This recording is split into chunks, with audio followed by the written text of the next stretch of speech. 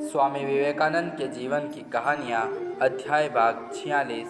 सगुण और निर्गुण। एक दिन नरेंद्रनाथ और भक्तों के बीच गहन विचार चल रहा था कि भगवान सगुण है या निर्गुण, भगवान अवतार ग्रहण करते हैं अथवा यह पुराणों की ही कहानी मात्र है। शास्त्र की उन बातों पर अत्यंत सूक्ष्म विचार हो रहा था। अंत में नरेंद्रनाथ की ही जीत हुई थी। उन्होंने अन्य सभी युक्तियों को ध्वस्त कर दिया था।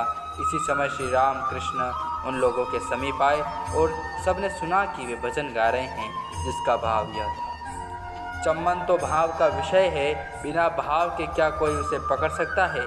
पहले अपनी शक्ति द्वारा काम क्रोधादि को अपने वश में करो, उसका दर्शन न तो शरीर दर्शकों के पास है, न निमगा पूर्ण तंत्रों ने। अब भक्ति रस का रसिक सदा आनंद पूर्वक हृदय में विराजमान है। उस भक्ति भाव को पाने के लिए बड़े बड़े योगी युग युगांतर से योग कर रहे हैं। जब भाव का उदय होता है तब भक्त को वह अपनी ओर खींच लेता है, जैसे लोहे को चुंबक। इस तरह तर्क करने वाले लोग एक अपूर्व भाव से विभोर होकर उस अमृत कंठ के मनमोहन संगीत को सुनने के लगे। यही तो थी उन लोगों के सम्मत विवादों की निष्पत्ति।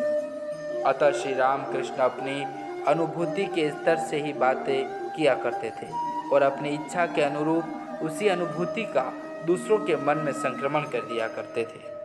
नरेंद्रनाथ को अदृश्य और परोक्ष रूप से सहायता करने पर भी वे उन्हें अपने भाव से ही धर्म क्षेत्र में आगे बढ़ने देते थे।